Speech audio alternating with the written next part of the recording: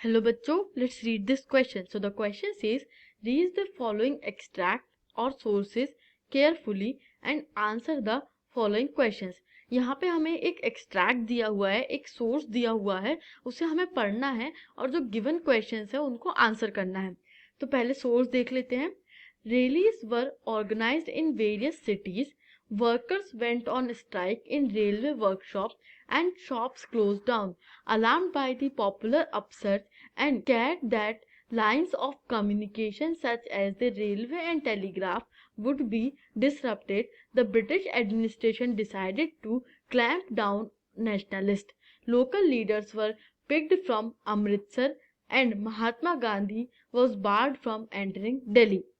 On 10th April, the police in Amritsar fired upon a peaceful procession, provoking widespread attack on banks, post offices, railway stations.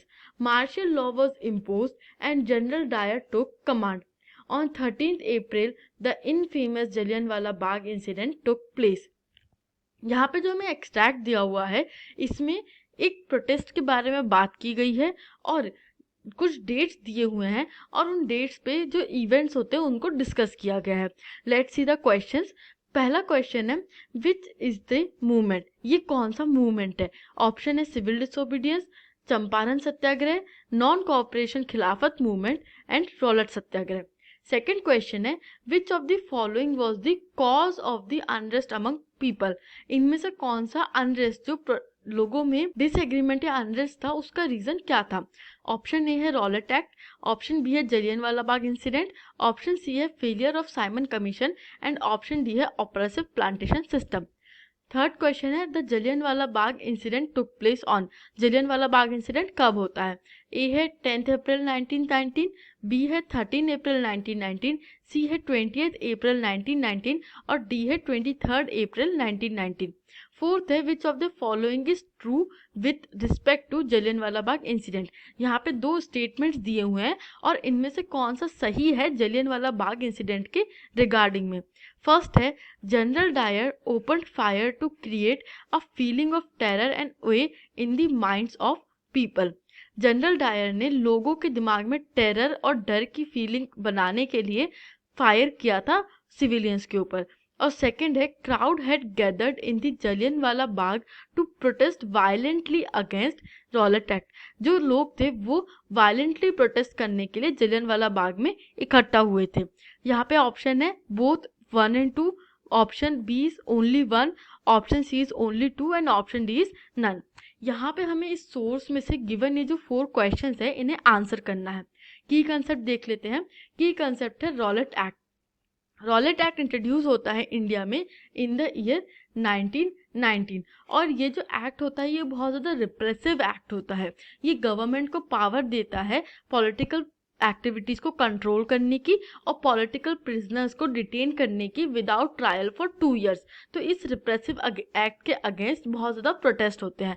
Answer देखते हैं. In 1919 Gandhi ji decided to launch nation wide Satyagraha against the proposed Rowlatt act. A non violent civil disobedience would begin और with hartal on 6 April. Gandhi ji decide करते हैं कि 1919 में हम nation wide Satyagraha launch करेंगे against the proposed Rowlatt act और non violent civil disobedience movement launch करेंगे जो 6 अप्रैल को हड़ताल के साथ स्टार्ट होगा. अब यहाँ पे आप इस सिविल डिसोबीडियंस मूवमेंट को जो 1930 में सिविल डिसोबीडियंस हुआ था उससे कंफ्यूज मत कीजिएगा. We are talking about the year 1919. This is different. और जो 1930s में सिविल डिसोबीडियंस होता है वो नेशन वाइड वो एक डिफरेंट मूवमेंट होता है. जलियनवाला बाग मैसेकर को भी देख लेते हैं. Jallianwala Bagh massacre, villagers had gathered in the closed ground of Jallianwala Bagh. Some came to protest against the government's new repressive measures. Others gathered to attend annual Baisakhi fair. Dyer entered the area, closed the only exit, opened fire at unarmed civilians, killing thousands of innocent people. अब जलियनवाला बाग massacre क्या होता है? 13 अप्रैल 1919 को लोग इकट्ठा होते हैं.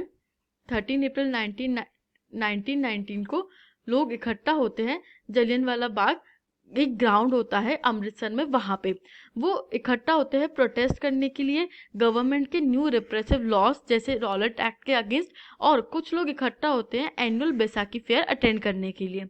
अब जनरल डायर एंटर करता है इस एरिया में, और जो ओनली एग्जिट होता है जलियांवाला बाग का, उसको क्लोज करके अनआर्म्ड सिविलियंस पे, इनोसेंट लोगों पे फायर करने लगता है, जिससे कि हजारों लोगों की जानें चली जाती है।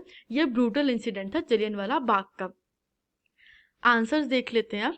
जो हमारा पहला क्वेश्चन है कि ये कौन से मूवमेंट की बात की जा रही है, तो यहाँ पे क्लियरली ये है कि रॉलेट सत्याग्रह की बात की जा रही है, जो कि नेशन वाइड मूवमेंट लॉन्च हुआ था against Rowlatt act.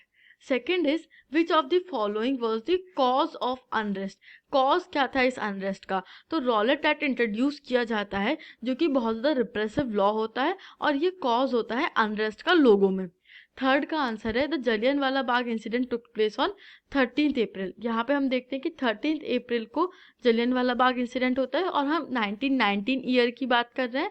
So right answer is 13 अप्रैल 1919 को जलियांवाला बाग इंसिडेंट होता है।